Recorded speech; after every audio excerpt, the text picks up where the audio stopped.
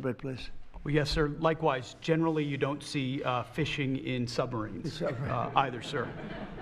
So the U.S. military, as I mentioned, nobody better in the world at mapping networks, identifying who's connected to who inside terrorist organizations. It's just the media is used to hearing that when it pertains to Afghanistan and Iraq and ISIS and Al-Qaeda. But if you reframe how you understand the world in our own hemisphere, that's exactly what these foreign terrorist organizations are. And so we will track them, we will map them, we will network them, and we will hunt them and kill them because they're trying to and they are killing and poisoning the American people. And inside that, we have all the license necessary, all the authorities necessary to take these kinetic strikes, and we'll continue to take them. And we've been, just to add, because I think it's important, we've been capturing them for years. It's not like, gee, let's capture one. We've been doing that for years. For 25 years, we've been doing it. Not at a level like we're doing it now. I mean, just with the hits we're hitting, but we have much more intensity than any administration's ever had.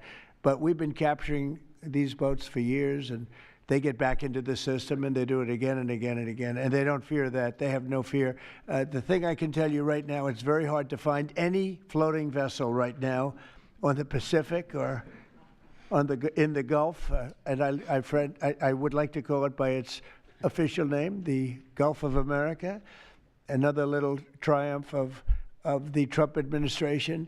I said for years, why do we call it the Gulf of Mexico? It's 93%, the shoreline is 93%, so I never understood that. So I made that change. I never realized how easy that was going to be, other than, I guess, AP fought us in court, and the judge said, but that's the name. And actually, they were sort of semi-prohibited from even covering us after that. It was pretty amazing.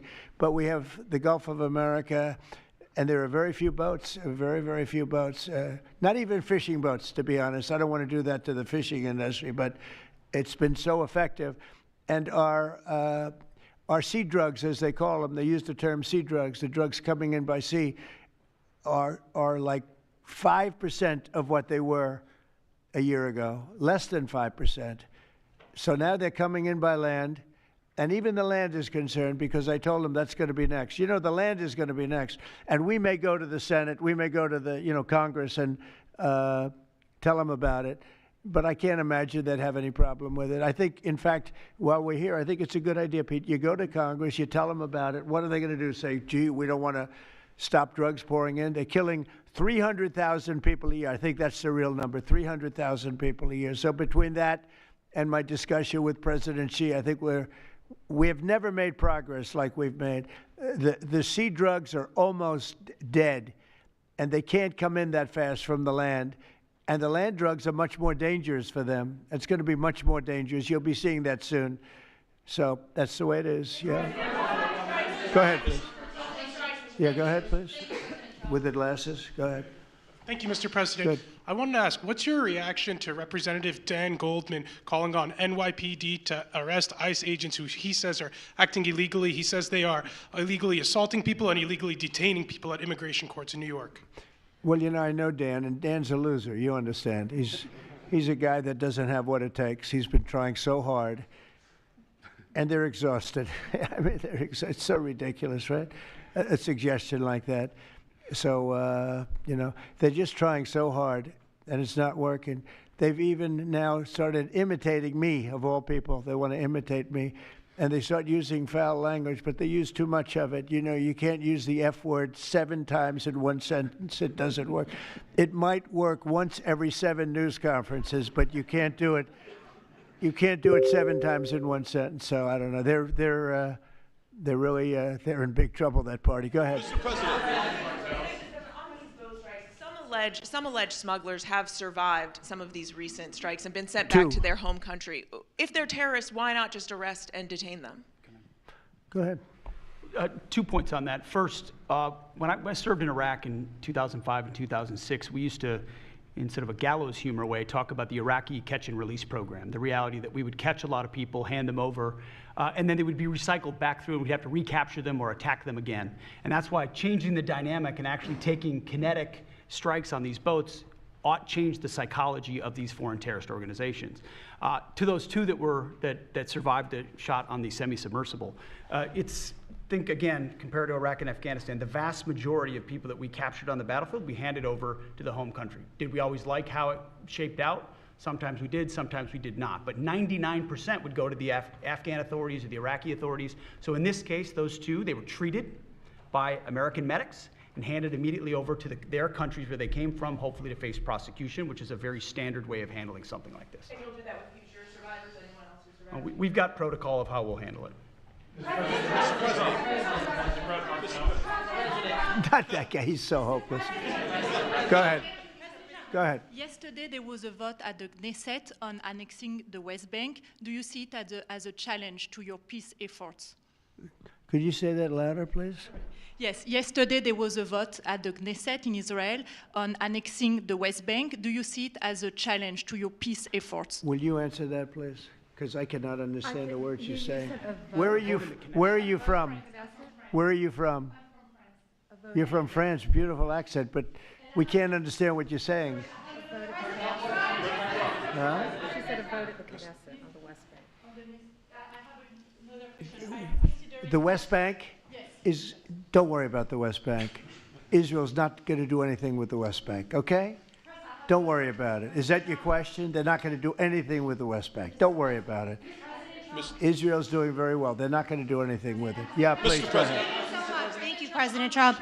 Are there any safeguards in place to protect Americans from fentanyl and cartels when you leave office in 2028? Any protocols that could be put in place in case a future administration comes in that wants open borders? And I also have a question for the Secretary of War as well after your answer, Well, the if that's biggest okay. thing we can do is make sure they don't come in, because open borders,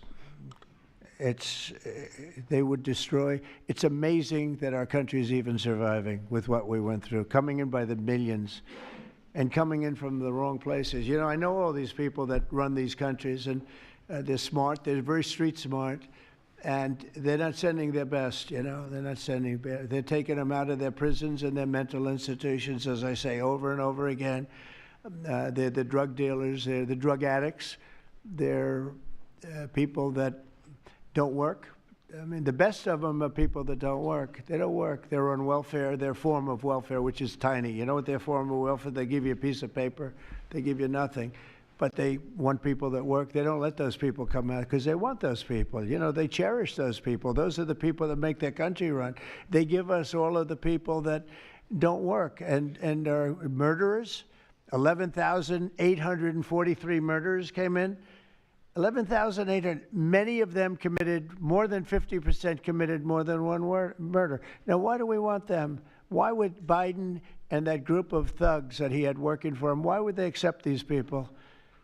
Why would he accept? Nobody understands it. You know, they say maybe they wanted the vote, but I did great with the Hispanic vote, but these are people from all over the world. Why would they do it? So one question, no matter what I do, I can't, you always like to know the opponent. You have an opponent, what are they getting at? And usually you can. Why would they allow 20 million, maybe 25 million people into this country, almost all of which, but most of which should not have been allowed into our country? It's one of the great enigmas. What they've done to this country should never be forgotten. In history, should never, ever be forgotten. And now it looks like we're going to have a communist mayor in New York. That'll be a lot of fun. But remember this. They have to go through the White House. Yeah, please, go ahead. Today you pardoned the founder of Binance. Can you explain why you chose to pardon him? And did it have anything to do with his involvement in your Which one? family's... Who is that? The founder of Binance. He has an involvement in your own family's crypto business. The recent one, yes. I believe we're talking about the same person, because I do pardon a lot of people. I don't know. He was recommended by a lot of people. A lot of people say that, are you talking about the crypto person? Yes. A lot of people say that he wasn't guilty of anything. He served 4 months in jail, and they say that he was not guilty of anything, that what he did, well, you don't know much about crypto. You know nothing about nothing. You're fake news. But let me just tell you that he was somebody that, as I was told, I don't know him. I don't believe I've ever met him. But I've been told by a lot of support. He had a lot of support. And they said that what he did is not even a crime. It wasn't a crime, that he was persecuted by the Biden administration. And so I gave him a partner at the request of a lot of very good people. Yeah, please. Yes, Daniel. President, thank you so much. This is the kind of question I like. Yeah, right here. the numbers from this task force are jaw-dropping. I wanted to know, this is a question for you and both Stephen, since it was said this is your brainchild. What are the lessons to be learned from the success of the task force, and what are your continued goals with this task force now that you have about 3 years left? Well, the best thing we have going is we have such talent around this table. I could go over every one of these men and women, and we have unbelievable talent. They've got the naturals, you know, like somebody that hits a baseball or a golf ball or a, you know, that you see more, it's more evident. It's beautiful because it's sports. You can tell somebody right away, are they good or are they not? These people are the most talented people at what they do. And when we started talking about this, Stephen and all of us, it seems so easy. What is surprising to me is how quickly we can straighten out a large city, a big city, a mean city, a city that's sick, that got very sick with guns all over the place, with bullets shooting all over, where you take your life in your hands if you go out and buy a loaf of bread. That's not America. That's not our country. And those people don't care how you do it. They just want it done. They really do. You know, when you go to the people in the street, they don't know, is it National Guard? They just want it done. They want to be safe. And we've gained a great following of Americans, real Americans, people that want to be safe. But I think the biggest thing we say is we have tremendous talent. We were able to recognize, like a football team, like a baseball team, we were able to recognize the talent. And the talent is largely in this room for the whole country. It's largely in this room. There's really nothing like it. And that's why I think we had D.C. done, not perfectly, but pretty much done, at least normalized in 12 days. Would you say 12 days? On the 12th day, it felt different. And you know, we took a lot of bad people out, never to come back again. Then most of them never to come back again. But there's great talent, and there's also great courage. I've been watching what goes on. And then you have the radical left lunatics, and what's that all about? I mean, they're fighting us because we want to stop crime. Where do these people come from? They're paid money. I guess they're paid a lot of money. But like I saw that ridiculous march the other day, I say, these people are not representative of our country. And not all of them, of course, but many of them are total lowlifes. These are lowlifes. These are people that are paid agitators, and they're not representative of our country. So I don't know. I can just tell you that our country has tremendous spirit right now. You know that better than anybody because you cover it well.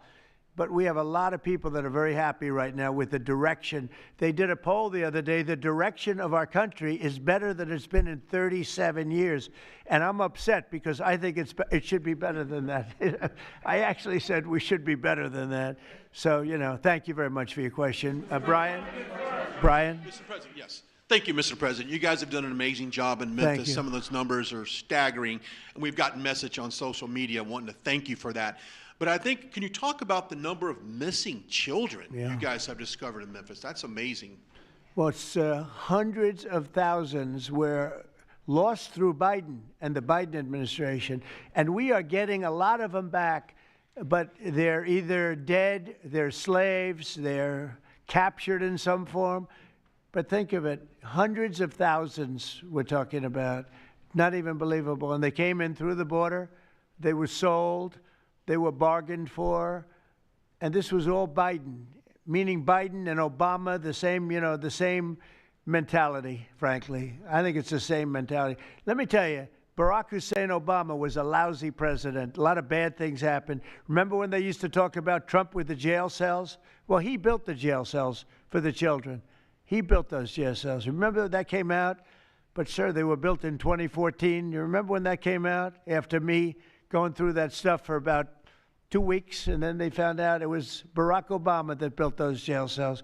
No, these people they were bad leaders. I hope we don't have it again. I hope we don't have it again because, you know, our country's come back a long way, but it can only withstand so much, and we don't want to ever go through that again. We never want to have open borders again. We don't want to have men playing in women's sports. We don't want to have transgender for everybody. We don't want that. We want to have a great country with low interest rates, nice housing, great education, a strong military, the basics. Yes, please. In last night's New York City mayoral debate, Zohran Mamdani said he would close Rikers Island if elected. What kind of impact would that have on public safety? Well, it's not good. I guess it's not a very nice place, but you need it. You need something. You have a lot of additional people in New York City that should not have been here. They came here through the open border, through Biden's. I don't know how they even do it. New York City's always been tight for money, and then they spend, $8 billion, and nobody complains about it, on people that just showed up and they just came out of nowhere. Where did they get the money? All of a sudden, they have money. I tell you what, we have to keep our prisons very fair and very safe, but you get a lot of criminals. We have a lot of additional criminals. I used to talk about it. They used to say, well, only good people come in from foreign countries. I said, that's not right. I didn't know that for a fact, but it had just started, right? The open borders and people flowing in by the millions. They make our criminals look like the nicest people on earth. That's the only good thing. They make our criminals look like nice people. They are the meanest, the most vicious. Tren de Aragua, you don't get any sicker. They cut people's fingers off because they called the cop. Did you call the cop? Yes. They cut off his finger so he can't call the cop anymore. And then they say, next time we're going to cut off your hand if you cut, because they took over his apartment in Colorado. Colorado, they took over a town, then they took over another town, and you have a weak governor over there. He doesn't know what the hell he's doing, so he lets it go on. But we're getting them out of here. We're getting them all out. They're going back to lots of, not just Venezuela, they're going back to lots of countries. Venezuela would be one, however. Yeah, please. Thank you, Mr. President. Yeah. A moment ago, you said that if Secretary Hegseth went to Congress and briefed them on the operations No, we against will these, go, I said. You will go. And we it would will be go. difficult for them to object. I don't see any loss in going. No reason not to. They'll always complain, oh, we should have gone. So we're going to definitely, I'd like to just tell you, let's go.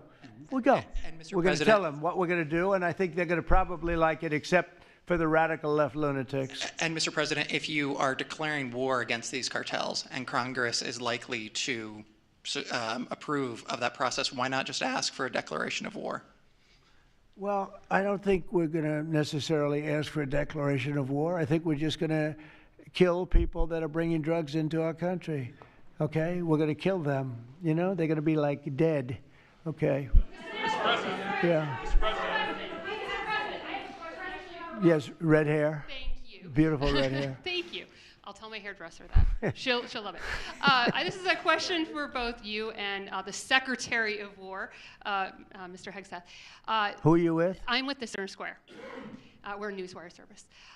With everything that's going on between the narco-terrorists in the Caribbean, and then also with more Chinese, Iranian, Russian ships also taking part in Venezuela.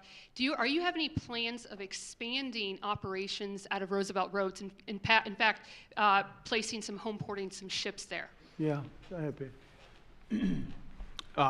We're familiar with the location that you're referring to, and we'll make sure that we're properly displaced in order to deal with the contingency we're dealing with there, and also any ways in which other countries would attempt to be involved also. So we can walk and chew gum. We're definitely keeping our eyes on near-peer adversaries at the same time, but we think sending a message on these cartels, these narco-terrorists, is an important inside our hemisphere, which for far too long, other presidents, as the president pointed out, they've ignored our own backyard and allowed other countries to increase their influence here, which only threatens the American people. We're changing that. One big thing that has happened, though, because you mentioned expansion and expand our efforts. So when I was running for office, second term, everybody was talking about the fact that nobody wanted to join the military, nobody wanted to join the great police force. They didn't want to join New York's finest or any of our police forces.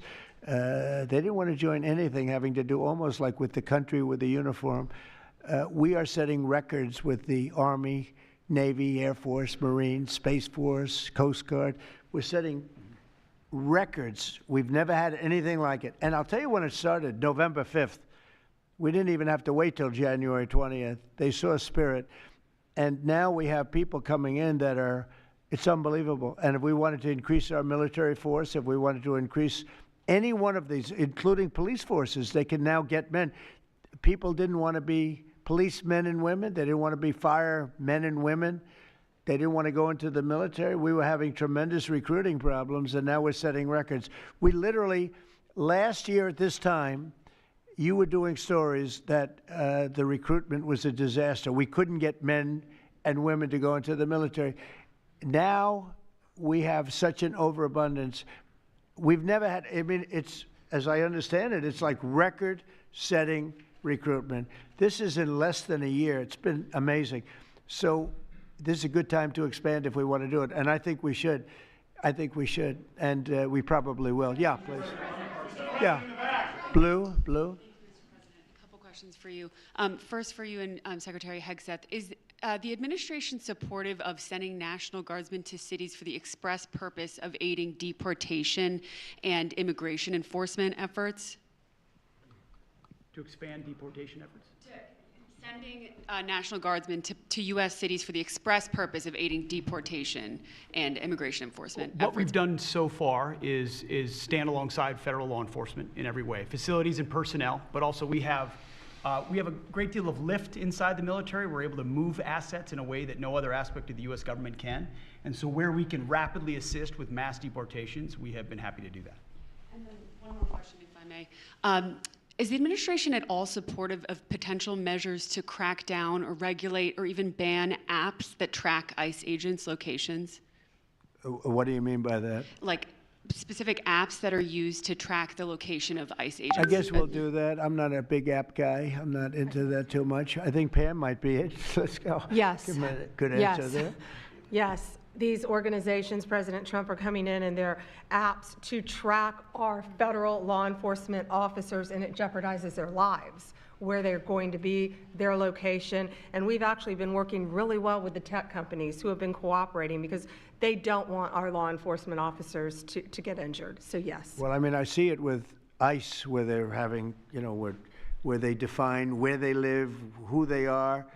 And, you know, I didn't have a big view on the mask, but I now understand why they should wear masks. I think it's very dangerous for them not to wear masks. They can do whatever they want. I notice some do it and some don't, but it's pretty dangerous. But when you look at, you know, you talk about that question, I think it's very dangerous, and I think you're coming down on that very hard, right?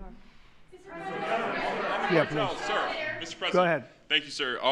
When you were running for re-election in 2024, you released a video statement where you made this exact promise to show no mercy on the cartels and employ every military asset necessary to combat them. In that same video, you also said that you plan to expose all the bribes and corruptions with politicians and the cartels. We're doing that. Has your we're task trying to force do been that. looking into that in American politicians? Yeah, where the money's coming from. Because you see it. Like even that garbage deal they had this weekend, which was embarrassing to them, and the crowds were the crowds were not big. Those crowds were not big at all. But when you look at signs, and they're all made beautifully, the yellow signs, I saw the yellows, the blues, but they're all made professionally in a printing shop, looks like on Madison Avenue someplace. Some guy is paying for all that stuff. And we don't mind protest. Protest is a good thing. I protest. I'm always protesting, right? But when you see some of these people are going crazy. They're going crazy because they're getting paid. Because there's no reason for them to be going crazy. But you watch some of them, and they're professional agitators, and we are finding out who's paying them. Yeah, we have a lot of information about who they are. You're going to be very surprised when you find out. And I have a question for Secretary Hegseth. Sir, a memo circulating on social media details the establishment of a National Guard response force that's going to be trained in crowd control and civil unrest and deployed in all 50 states by April of 2026.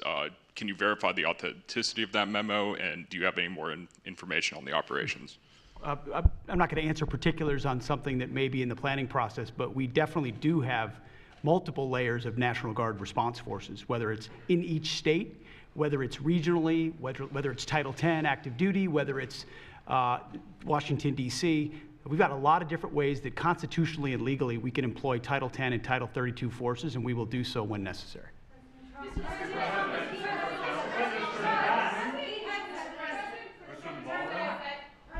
you.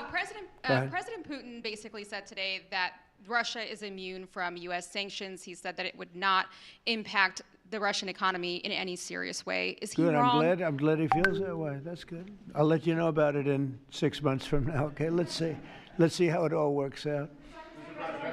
Yeah. Go ahead, please, Blue. One question about the task force, one about the shutdown. I'm Taylor Poplars with Spectrum News. The same day you established this task force back on January 20th was the same day you pardoned the January 6th defendants. Yeah, very proud of that. Yeah. Just last weekend, one of them was charged with allegedly threatening to kill House Minority Leader Hakeem Jeffries. And a big theme of this task force has been allowing law enforcement to do their job and holding accountable people who go after law enforcement.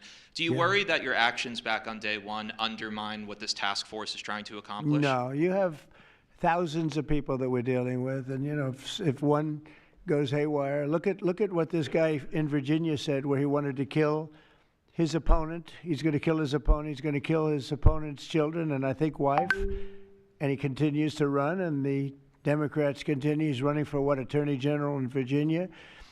Look what he said. So now, do you think all Democrats should be prohibited from living anymore? I mean, think of what he said. He's going to kill his opponent, and he's going to kill the children of his opponent, and I think the wife. I said, this guy's sick. That is a sick guy. And how do you vote for somebody like that? But I don't view that every Democrat would say that, because not every Democrat would say that. So you can't, you could have one person, but I don't know of the incident. I can say we're very proud of what we did. We had the courage to do something that should have been done. The problem, sometimes the Republicans are too nice. They're a very nice party. The Democrats play a much dirtier fight. It's amazing. You go after dirty cops like Comey, and you go after, these are dirty cops. Letitia James is a dirty cop. You go after these people, and they say how horrible you are, and yet I got indicted 5 times and impeached twice. Nobody says anything about that. They say, they actually said the other day, he's trying to indict somebody. I got indicted 4 or 5 times, Todd, maybe more than that. Yeah, I think you could say 87 times if you really think about it, right? With the charges, a bunch of phony guys, but nobody says anything about that. But they mentioned it the other way. No, the Democrats play a very dirty game. It's all they're good at. They're good at a couple of things: cheating on elections and playing very dirty. And they have one good trait: they stick together. They stick together. They stick together through the worst policies that anybody's ever seen. It's unbelievable how they stick together. And I respect them for sticking together, but it's a dead party because their policies are no good. Okay. Brian, we'll do a few more and we'll go home. Wonderful. Everybody's going to go home. I'm going back to the Oval Office, however. Speaking of Democrats, there's a report that there's a grand jury on Adam Schiff for apparent mortgage fraud. If he is indicted, should he step down as a U.S. Senator?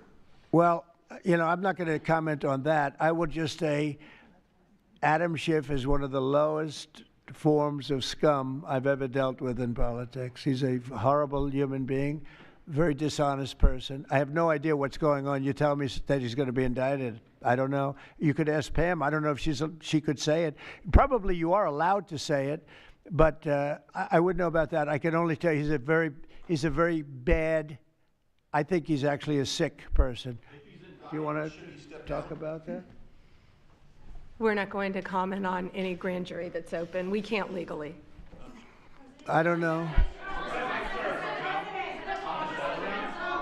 By the way, I hope it's true, but I don't know anything about it. Yeah, please. Oh, millions of dollars, yeah. Well, I also give a lot of money to the White House. The White House is, as you know, I give my salary, and I usually like to steer it to the White House because this house was a little bit abandoned First of all, for 4 years, you had a guy walking around that didn't know where the hell he was. And this house was not taken care of the way it was supposed to be. I take very good care of property. I was very good at that. And you'll notice the floors downstairs, I paid for them. Marble, the most beautiful marble you've ever seen. The white floors down in the palm room, which were, they look like they came out of, I don't want to lose because they're big supporters of mine, Home Depot. So I'm not going to say bad, but they did come out of a box from Home Depot about 30 years ago. They were all broken, but now they have the most beautiful floors, the most beautiful lights and chandeliers. I think most of you, Brian, you've seen that, right? Yes. How beautiful is that? And I take care of it. So I spend millions of dollars on this building, taking care of it. It was not properly maintained, and now it's starting to gleam like it should. It should really gleam, and you should go down and visit the Presidential Walk of Fame. Have you seen it? It's quite good. I'm sure that a lot of people coming to the White House, it's hot. It's very hot, but it's really a tribute to the presidents, past presidents of our country. Yeah, please. Mr. President. Yeah, behind you, please. Yeah, go ahead. Thank Go you. ahead. So on Monday, a question for you as well as Secretary Noem. On Monday, Mayor Karen Bass of LA and Representative Robert Garcia, they held a press conference and they called for an investigation into DHS, accusing them of unlawfully arresting U.S. citizens and racially profiling and only arresting people because, in Robert Garcia's words, they look like me. He's a Hispanic individual. Do you have a response to that? Are you asking me that question? You as well as Secretary Noem. They are arresting bad criminals, and they're really good at it, too. I look at the numbers, you know, they always like to say that, oh, you're arresting this and that. Then when you check it, you find out, geez, almost every single time, and, you know, obviously every once in a while they may get one wrong, but they always correct it. They're able to correct it.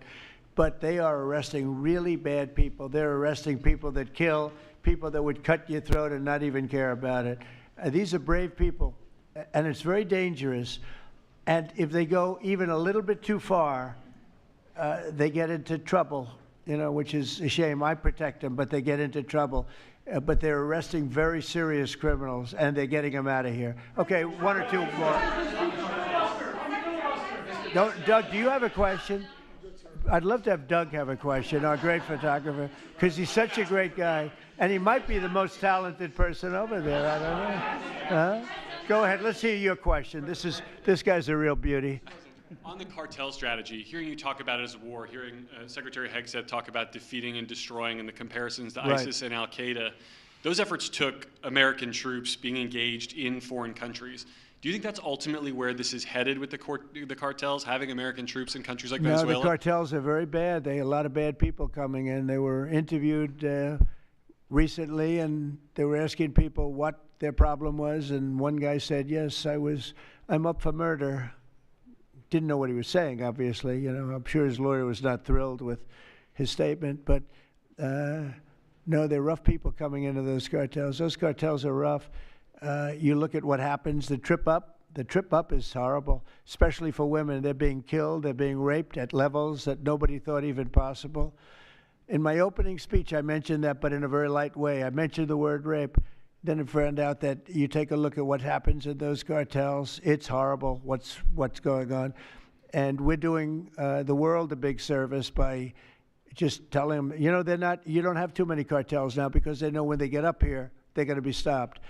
Under Biden, they were just flowing into the country.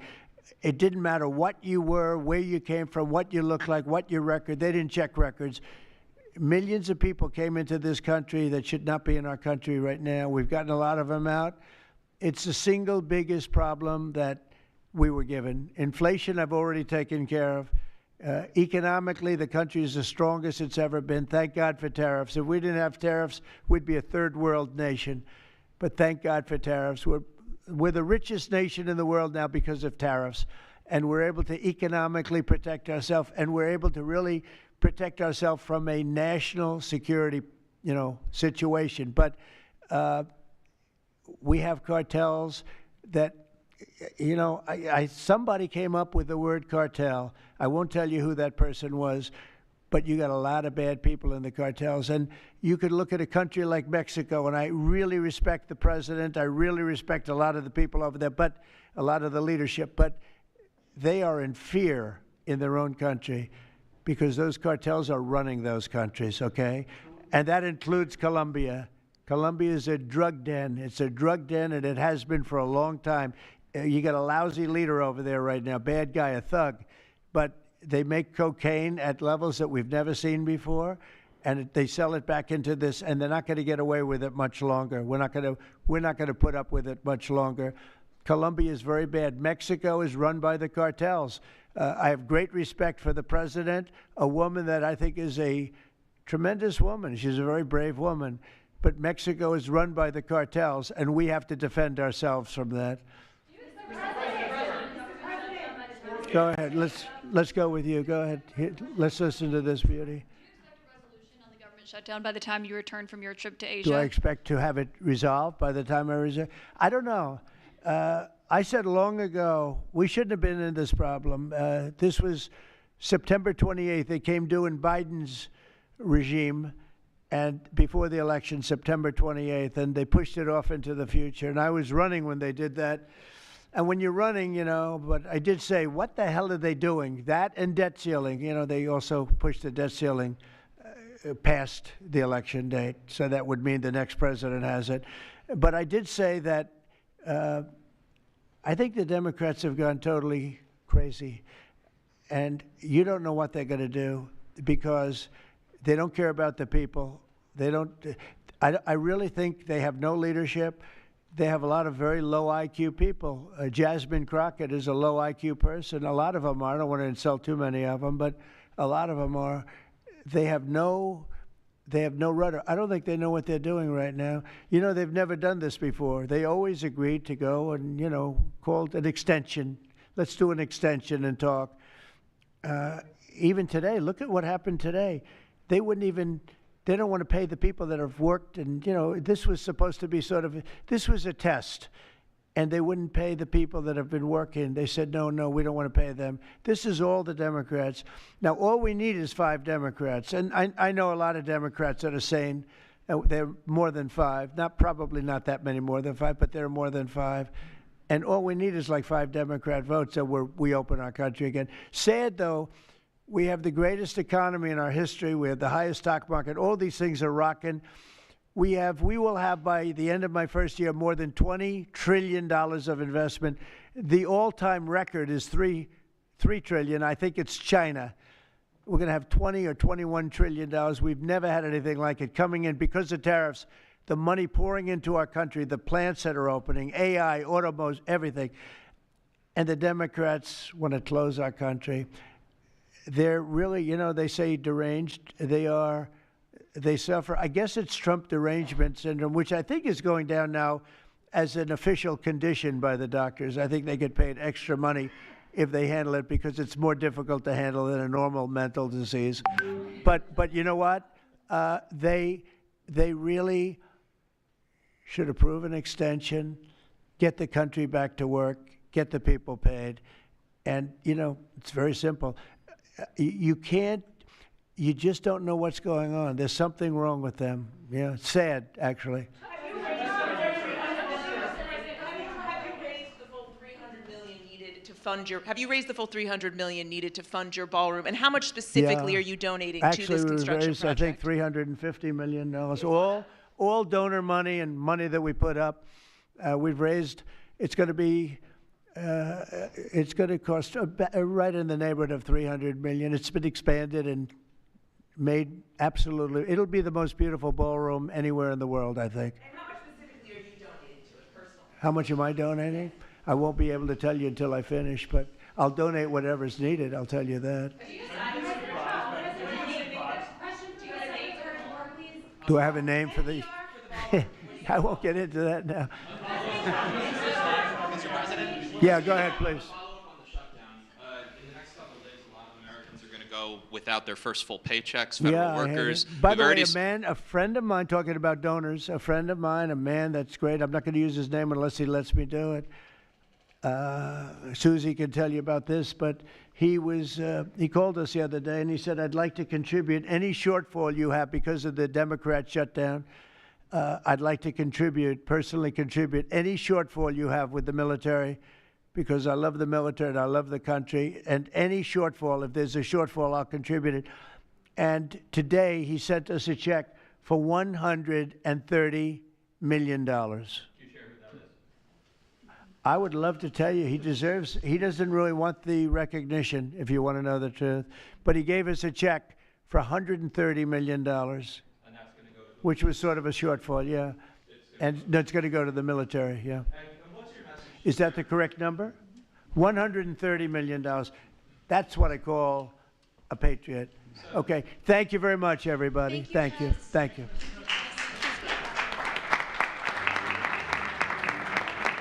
Another day in Paris.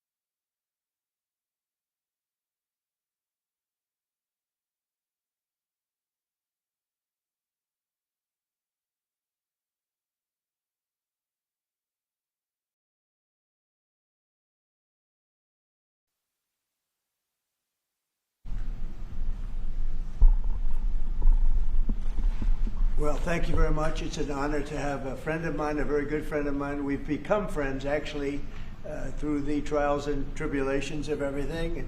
Mark Rutte, Secretary General of NATO, highly respected. Every country, almost every country in Europe. I think you can almost take away the almost pretty soon. But they all have great respect for the leader, and he is the leader. And we've had some very good discussions today, and things are going along pretty well as regarding Ukraine, Russia. We thought it would be a little bit easier. That's turned out to be tougher than the Middle East. The Middle East was supposed to be the tough one, and we've solved that puzzle, but this one will get solved also. So I want to just say it's an honor to have you, Mark. Thank you very much. Thank you so much for hosting again. And we were texting, I think it was on the day when you were in Israel and in Egypt, this tremendous success you had under your leadership, bringing peace to the Middle East. And then we texted each other and said, and the next big thing has to be Ukraine, Russia. And I want to help, NATO wants to help, my colleagues want to help to basically deliver on your vision of peace in Ukraine. And I really want to thank you for everything you're doing, including breaking the deadlock with Putin, starting the dialogue in February when you came in as president in January, but also for everything you did with NATO, the fact that we are now at this 5%, the huge success in The Hague at the NATO summit, the fact that Europeans are also stepping up when it comes to Ukraine, basically the weapons from the US being delivered to Ukraine, paid for by allies, and the Europeans coming together to discuss how can we sustain Ukraine post the peace deal. All of this is evidence of your leadership of pushing the Europeans and the Canadians to do more, to deliver, and to equalize in spending with the US. So on all of this, and today we will talk more on how we can really bring Ukraine to the next phase and get this terrible war, and all the bloodshed ended. And as you know, we are going to be making a big trip next week. Some of you are going with us. We'll be going to Malaysia, South Korea, and Japan.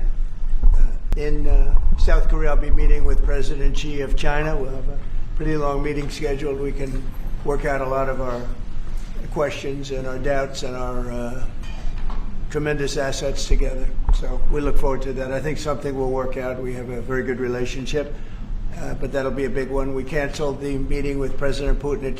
It didn't feel right to me. It didn't feel like we were going to get to the place we have to get, so I canceled it. But we'll do it in the future. But next week we'll be with many of you in those locations that I told you. Then it's back to Washington. So thank you very much, everybody. Yeah, please. Mr. President, can you tell us a little bit about why you're elevating sanctions against Russia right now? I just felt it was time. We've waited a long time. I thought that we'd go long before the Middle East. And Mark, as you know, we did the Middle East plus 7. So we did 7 different wars from Pakistan and India to so many. Azerbaijan, Armenia. Which they said was impossible to do. All these wars I did, and the one that we have left, we have 1 left. It'll be 9. We have 1 left, and I think we'll get that done too. I think we're on our way to getting it done. We have to. Mr. President, do you have a timeline for when you think the story is going to be over because of your leadership? No, I don't have a timeline. You can't have in war. It's hard to have a timeline. You know, so many things happen in war. Go ahead. What about Tomahawk missiles? Putin is definitely Well, afraid the of problem with the Tomahawk that a lot of people don't know, it'll take a minimum of 6 months, usually a year, to learn how to use them. They're highly complex. So the only way a Tomahawk is going to be shot is if we shot it, and we're not going to do that. But there is a tremendous learning curve with the Tomahawk. It's a very powerful weapon, very accurate weapon, and maybe that's what makes it so complex. But it will take a year. It takes a year of intense training to learn how to use it, and we know how to use it, and we're not going to be teaching other people. It's too far out into the future. Yes, Mr. President. Yes, please. I saw, Mr. President, that you said as recently as yesterday that you still believe that Putin wants to end the war. Yeah, Then today I do. You took this step to ratchet the sanctions and put more pressure on him. What else are you going to do to encourage him to get there, or can you explain why you do believe he wants peace? Yeah, it's a good question. Today is a very big day in terms of what we're doing. Look, these are tremendous sanctions. These are very big. Those are against their 2 big oil companies, and we hope that they won't be on for long. We hope that the war will be settled. We just answered having to do with the various forms of missiles and everything else that we're looking at, but we don't think that's going to be necessary. We would like to see them just take the line that has been formed over quite a long period of time and go and let's go home. Last week they had almost 8,000 soldiers killed. Many Russians were killed last week.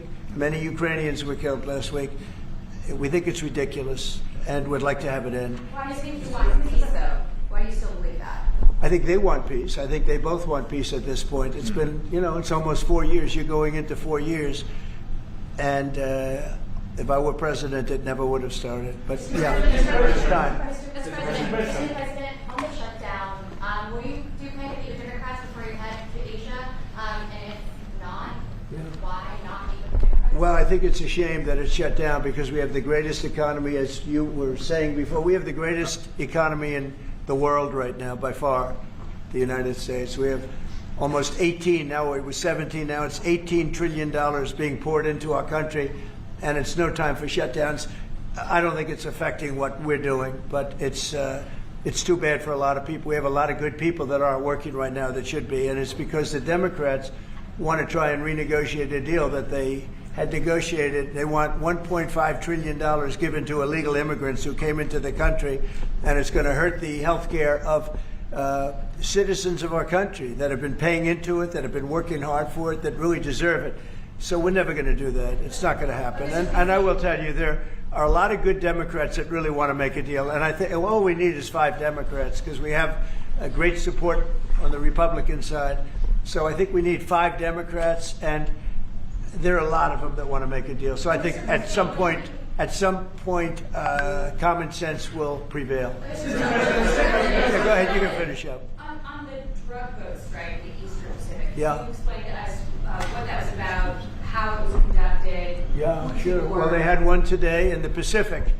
And the way I look at it every time I look, because it is violent, and it is it's amazing that the weaponry, that everyone, they have these boats that go 45, 50 miles an hour in the water. And when you look at the accuracy and the power, look, we have the greatest military in the world. We have the greatest weapons in the world. And you see a little bit of it there. One shot, everyone dead center. And the only way you can't feel bad about it is you realize that you won't feel badly about it, is you realize that every time you see that happen, you're saving 25,000 American lives. Every one of those boats that gets knocked out is saving 25,000 American lives, not to mention the torn up families all over the country. And whenever I see that, I say to myself, I just saved 25,000 lives. I will say that there are very few boats traveling on the water right now. Actually, that includes fishing boats, that includes any other kind of boat. But there are very few boats traveling on the water. So now they'll come in by land to a lesser extent, and they will be hit on land also.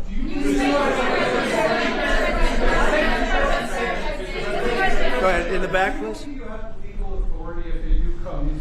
Yes, we do. We have legal authority, right? We're allowed to do that. And if we do by land, we may go back to Congress. But we have, this is a national security problem. They killed 300,000 people last year, these drugs coming in.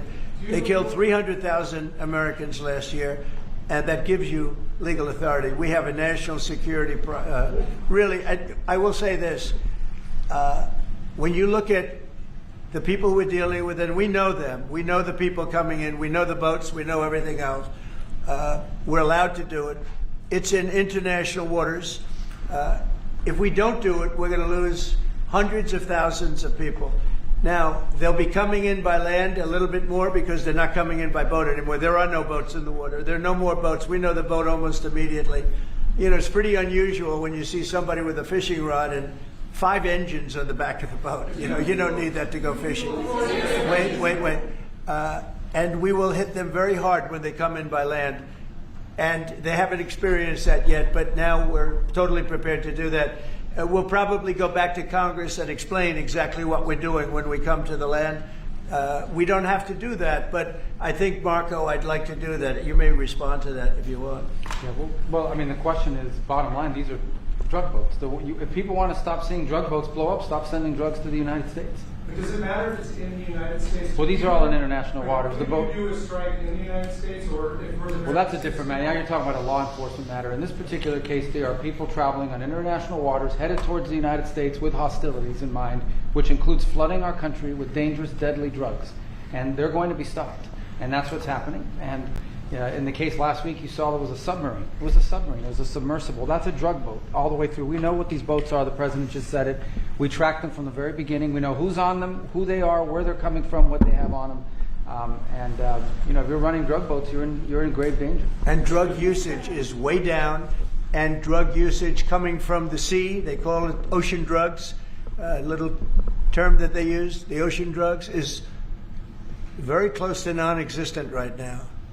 I wouldn't want to be in one of those boats heading away. You know, they're driving happily to destroy the lives of people, and they end up, that's the end of them.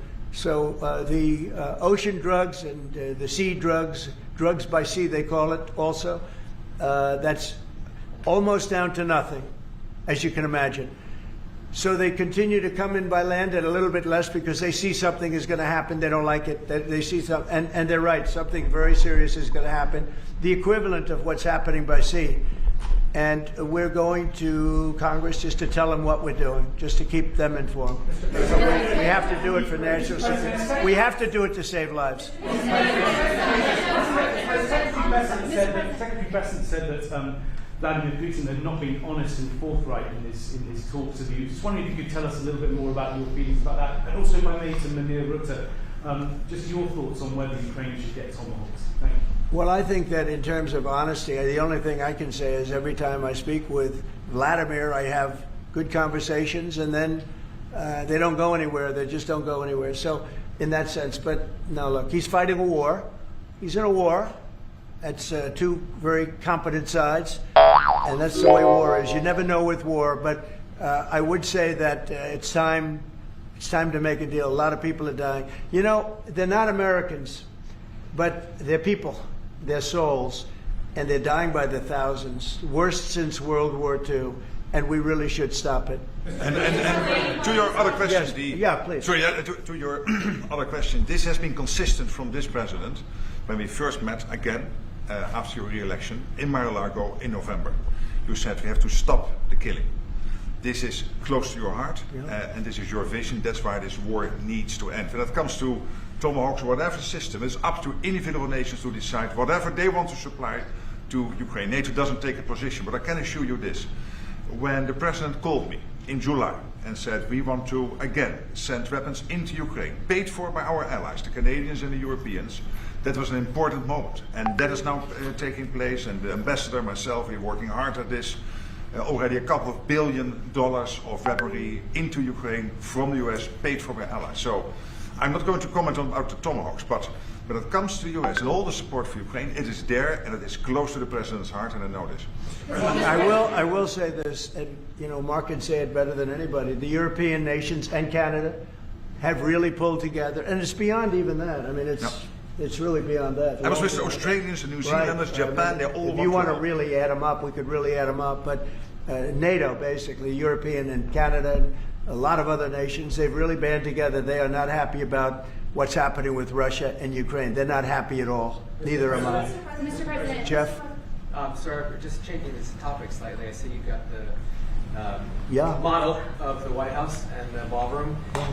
Many people were surprised the entire East Wing is being demolished because you had said initially that the ballroom would just touch or would not. Well, touch certain it. areas What are being, happened? certain areas are being left. We determined that after really a tremendous amount of study with some of the best architects in the world, we determined that really knocking it down, trying to use a little section. The East Wing was not much. There was not much left from the original. It was over the course of 100 years, it was changed. The columns were removed, and it was a much different building. Then a story was added on in 1948, 1949. There was a story added on, which was not particularly nice. And the building was very, very much changed from what it was originally. It was never thought of as being much. It was a very small building. And rather than allowing that to hurt a very expensive, beautiful building that, frankly, they've been after for years. You have that. I brought these along so people could see, but it's, there's a relative, nobody's actually seen anything quite like it. I think it'll be one of the great ballrooms anywhere in the world. It's about $300 million. It's set to do many, many things, including meetings of foreign leaders, including the honoring of foreign leaders. You can see this. This is a plan. If it's got tables so that you honor a foreign leader, we have a proper space. Right now, we have a space that with tables holds about 79 people. And this is a proper kind of a thing. Now, what the White House was doing, as you know, is they were putting tents out on the lawn. This is an interior shot of the ballroom. I think there'll be nothing like it. And it's being paid for 100% by me and some friends of mine, donors to it. The government's paying absolutely nothing. We're also working with the military on it because they want to make sure everything's perfect, and the military is very much involved in this. They want to make sure everything is absolutely beautiful. You can see the kind of interiors that we're talking about. That's an interior of the ballroom, and it's the highest level. Incoming mail. It goes beautifully with the White House. I mean, the mix is beautiful. So over the years, many presidents have made changes. This obviously would be the biggest change, but this was something they've wanted for at least 150 years. Many of you have gone to the events where they had, as an example, President Xi, or they had, a leader of one of the countries, including the king and the queen from your favorite country, absolutely, frankly, but where they'd be honored, and they'd be in a tent out on the lawn, and it would rain, and it was a disaster. Brian's shaking his head. You know what I'm talking about. And so I thought I'd bring this out because this is going to be probably the finest ballroom ever built, and we're doing it no cost to the country. It's being the money's being put in by me and donors, very great patriots actually, and the spirit on the building of it is amazing. We are using little sections of footings and various other things, but that's sort of irrelevant. In order to do it properly, we had to take down the existing structure. The way it was shown, it looked like we were touching the White House. We don't touch the White House. That's a bridge, at Last Bridge, going from the White House to the ballroom. Then you get into the lobby of the ballroom, and then you go into the the main room. And it's something that has gotten incredible reviews. And you're just quickly following up on that. Just quickly following up on that, sir. I just want a quick follow up on that question. Your response to people who say that you haven't been transparent enough about this. I haven't been transparent? That's some of your critics feel it should have gone for I've shown this to everybody that would listen. Third-rate reporters didn't see it because they didn't look. You're a third-rate reporter, always have been. So third-rate reporters didn't look, but anybody that asked, these pictures have been in newspapers.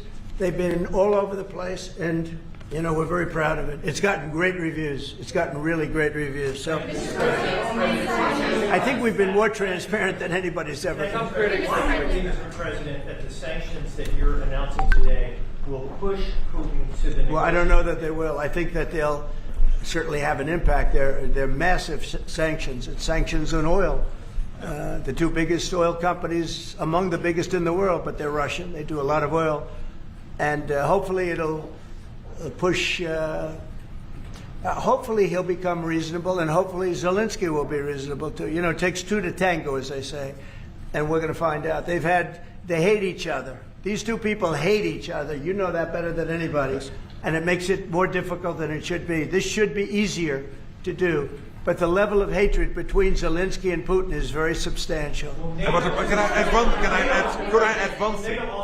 one thing? What the president is doing today with these sanctions is putting more pressure, of course, on both parties, in this case on Russia. It's all about changing the calculus, making sure that Putin understands that the president's vision this weekend of having a ceasefire, stop where they are, as you literally said, and that this has to be step one now. And for him to really accept that vision and to come to the table. And then you have to put pressure, and this is exactly what he did today. Along with Europe. I mean, Europe, look, they've actually become friends of mine. I think yes. All of them. Yeah. We have a very close relationship, and they want to see it end too. They really want to see it end. But I can say they're totally committed. If this went on for 10 more years, Europe is behind them. They just can't let that happen. You can't let what's been going on. Now, it should have never happened. It would have never happened if I were president. But it did happen. I inherited. This was Biden, a man who was, without question, you take a look at the new walkway, the Presidential Walk of Fame, we call it. Biden is the worst president we've ever had, if he was even a president. The people that surrounded that desk made those decisions. But this should have never happened. It wouldn't have happened. But it did happen. I inherited it. We're going to get it ended, hopefully soon. Yes, please. You had a Truth Social post earlier this afternoon talking about a Wall Street Journal report as a fake story. Yeah, fake. Sort of Wall Street Journal is fake. So less fake on financial than it is on gossip. Can you just confirm that my understanding of what's happening is accurate? As I understand it, that story framed it like we had just lifted the U.S. a restriction on intelligence. No, it said that I gave Ukraine permission to shoot missiles deep into Russia. I didn't do that. Second of all, they're not using our missiles. They're using, I think, European missiles or from someplace, but they're not using ours. And what they do, I don't control that. But I do control our missiles. They're not shooting our missiles in. It was a fake story. Wall Street Journal does a lot of fake stories. Thank you so much. The president of Colombia in a recent interview said that if you won't change, he thinks that people should get rid of you. We're talking about now Colombia, the country, not the university. Yes. Go ahead. He said what? He said that if you won't change, then perhaps you need to be gotten rid of. Do you view that as a threat? Well, he's a thug and bad guy. He's a guy that is making a lot of drugs. We've just, as of today, stopped all payments going to Colombia, the country Colombia. Also, the school Colombia. No, we settled. We made a settlement with him. But no, he's a thug, and he's a bad guy, and he's hurt his country very badly. They're doing very poorly, Colombia. They make cocaine. They have cocaine factories. They grow all sorts of crap that's drugs, bad drugs coming into the United States, goes generally through Mexico. And he better watch it or we'll take very serious action against him and his country. His country is, what he has led his country into is a death trap. Please. Has the Secretary General presented his Ukraine peace plan to you? Are you prepared to be chairman of the board of peace? Oh, there is no Secretary General peace plan. But I'm here, I really want to correct it because I saw some of that in the media. Of course, many people are thinking how to bring this terrible war to an end and supporting the president in doing that. Why I'm here is to dialogue again with the president how I can be, how NATO, my colleagues and other colleagues in NATO can be of maximum support to get that done. But there is no peace plan on the table. I mean, if there is a peace plan, it is what the president said last Friday and Sunday, which is stop where you are. Stop the fighting. This is about NATO. We're a very proud member of NATO. We have a great relationship with the countries of NATO. I think made much better by our visit a few months ago when they agreed to 5% instead of 2% of GDP. That was a big concession. I think that was a concession that 2 years ago nobody would have said, even a year ago.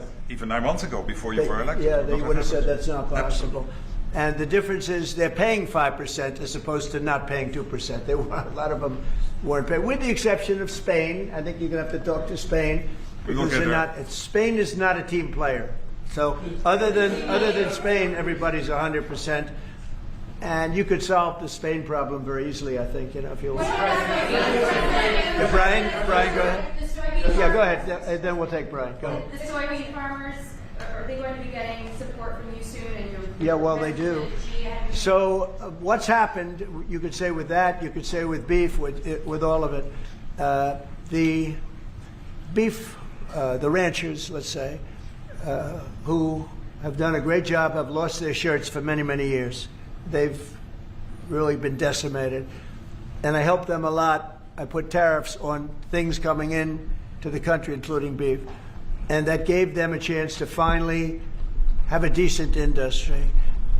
We are going to be talking to them. They're great people, but they've been hurt for 25, 30 years. They've been losing because other countries have taken advantage of them. And by putting tariffs on, they've been able to make a few dollars. They've been able to have an industry. But I also want to keep the beef prices low. So I'll be talking with the ranchers, and I'll be speaking with a lot of different people, including Scott and Howard, and we'll do something. Because prices are way down in our country. Energy is way down. I think you're going to see $2 gasoline very soon. I see that it's $2.50 in a lot of places, $2.50. We were heading to $5, $6, and $7. If Biden didn't go back to my policy toward the end, you would have seen, but he didn't go back to the full policy. And he missed the most important thing. So we were up to, we were way up. I think you're going to see $2 gasoline. We could even break that number. That's a big difference. The only cost that's really up is beef, and the fake news only wants to talk about beef. And what I did is I made it possible for those people to survive. They're incredible people, but they were being decimated by other countries, and I didn't want that to happen. So prices are way down, groceries are down, everything's down, energy's way down. Even interest rates with a bad chairman of the Fed, he's terrible, he's a fool. But even interest rates are down. So our country has never done better. We're going to take in, I think, $21 trillion this year. No country has ever taken in more than $3 trillion. And we're going to take in $21 trillion of investments because of the tariffs. If we didn't have tariffs, we would be a mess. We would be a national security problem, and we've done a job. So I'm very happy about that. We're going to do something very quickly and easily on beef to get it down. The ranchers understand that. They're so happy for what I've done. I saved them. I don't think you'd have any beef in this country if I didn't do that. So we're very proud of that. Yeah, Brian. Yes, sir. Yesterday in Los Angeles, immigration officials were attacked by some protesters. Yeah, sure. To arrest an illegal alien. Gavin Newsom, other Democrats have used very aggressive language in terms of how to address ICE cases out in the field. Is there any responsibility that we can place on Gavin Newsom and other elected officials for using such aggressive language? Well, Gavin has to be careful. Remember that when I first came in, they had a terrible riot in Los Angeles. They had the fires, which shouldn't have happened. They didn't have the water for the fires. They should have had the water coming in from the Pacific Northwest. They didn't have the waters. They didn't have water in the hydrants or the sprinklers. So they had the fires, and then they had the riot. And if we didn't go and take care of that riot, you would have lost Los Angeles. You would have canceled the Olympics, which is because of me in Los Angeles. And the police commissioner, the head of the police, said, if the president didn't come in, we would have lost Los Angeles. We did not have the capability of taking care of it. And he said it very strongly. And we did a great job. And within a week, it was all done. Within one day, it was done. But within a week, it was all done. And then they go back to their normal practice of weakness, of not taking care of criminals, meaning taking care of putting them in jails where they should be. Washington, D.C., and you all are the best people for that, because Washington, D.C. is now one of the safest cities. It was one of the most dangerous cities in the country. Now Washington, D.C., believe it or not, I'm embarrassed to say it in front of you, but Washington, D.C. went from one of the worst, most dangerous cities to, you can walk down the street, you can send your child to meet you at a location. Your child is going to be fine. We have a very, very safe city, one of the safest, and, you know, very proud of that. Memphis, by the way, is coming along fantastically. We're in Memphis right now. We had the FBI in Chicago. We're doing things. We haven't served Chicago yet. When we do, Chicago will be very quickly a very, very safe city. But if you look at what's happening in Memphis, it's great. But you got to look at Washington. People are coming up to me, people that work in the White House, they're saying, "Thank you, sir." And I immediately know what they're thanking me about. It's thanking, they can walk to work. They would never walk to work a year ago. They can walk into work and they feel safe and secure, and it's beautiful. And I'll tell you what, it's really an honor to add that great ballroom to the structures in Washington. It's going to be one of the great ballrooms of the world, and I think it's going to be something you're all going to be very proud of.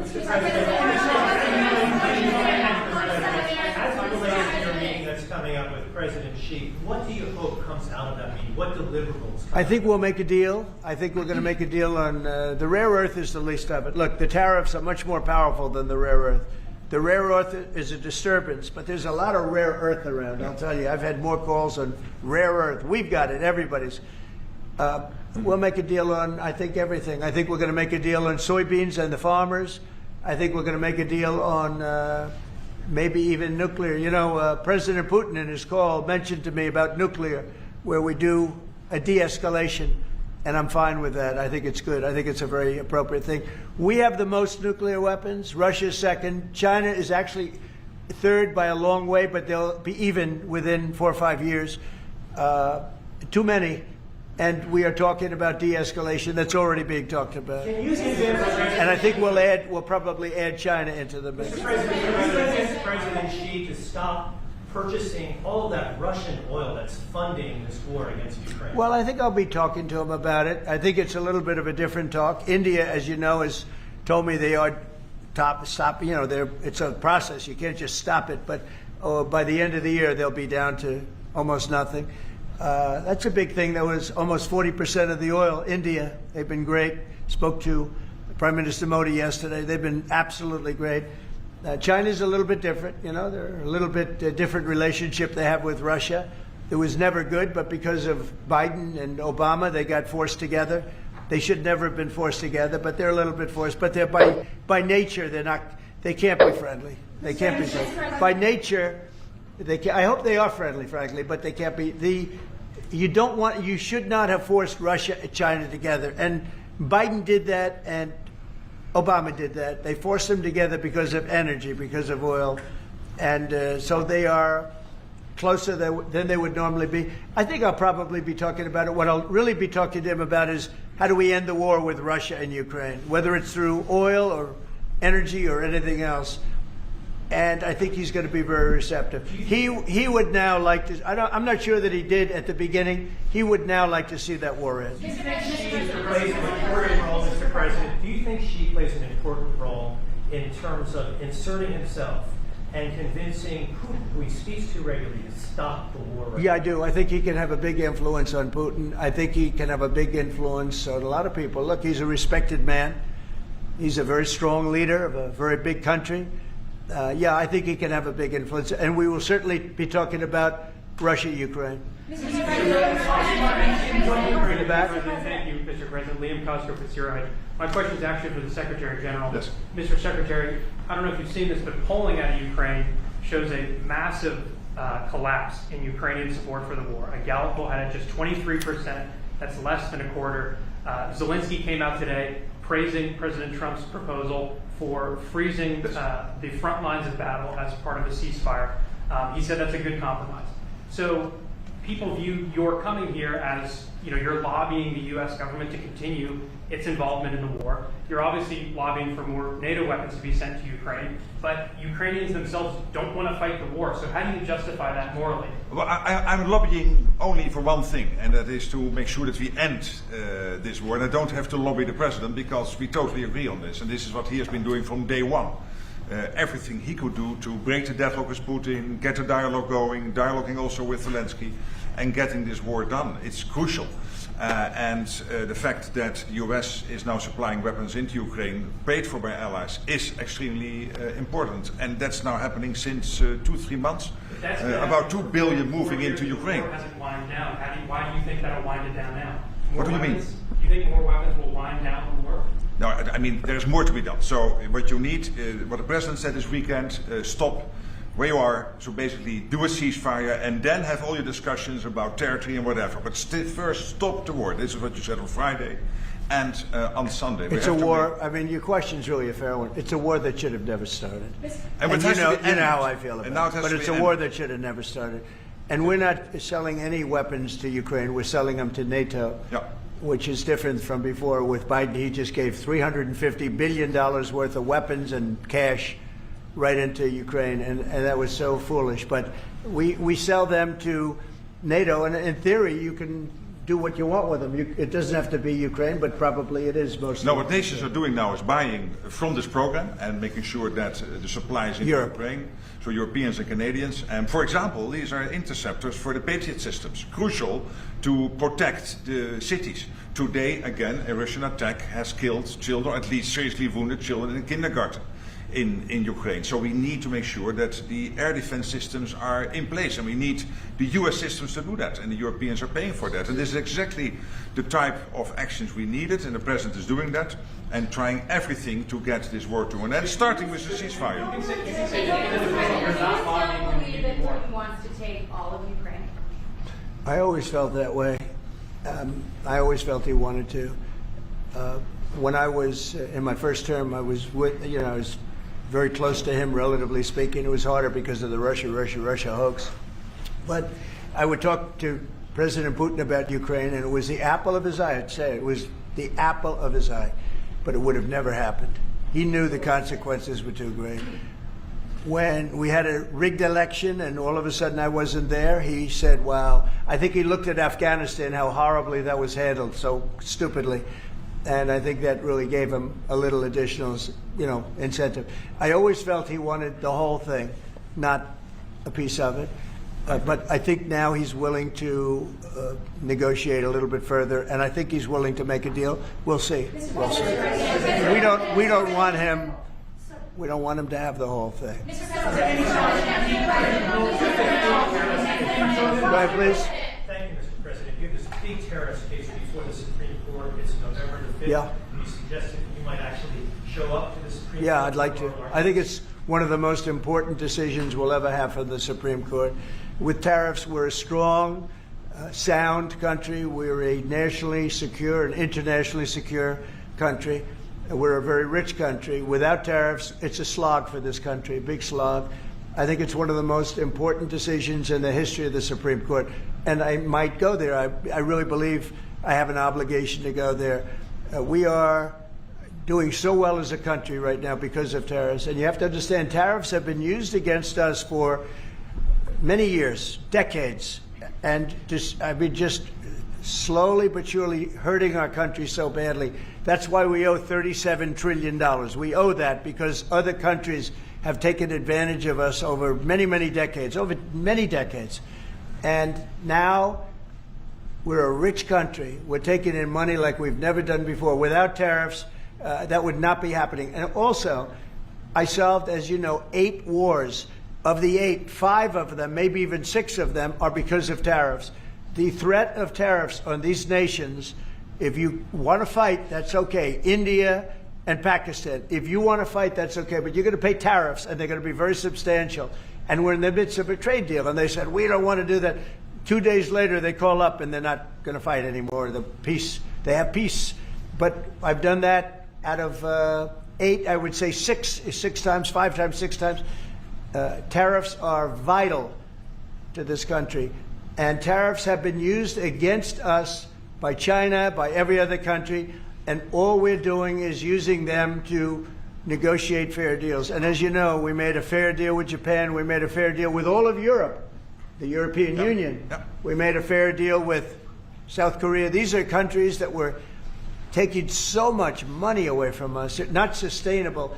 And now we're taking in hundreds of billions and even trillions of dollars. If this country is not allowed to have tariffs, if this country is not allowed to have the President of the United States negotiate on behalf of it with tariffs, we are put in a position where we're going to be a third world country. We can't let that happen. I think it's the most important case that we're going to have for many, many years to come. One of the most important cases we've ever had. With tariffs, we're a rich, secure country. Without tariffs, we're a laughingstock. We'll be a laughingstock. And I don't want to have anything to do with that.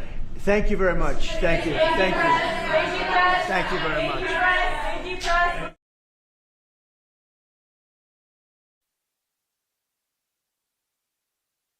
Set a record. We have both the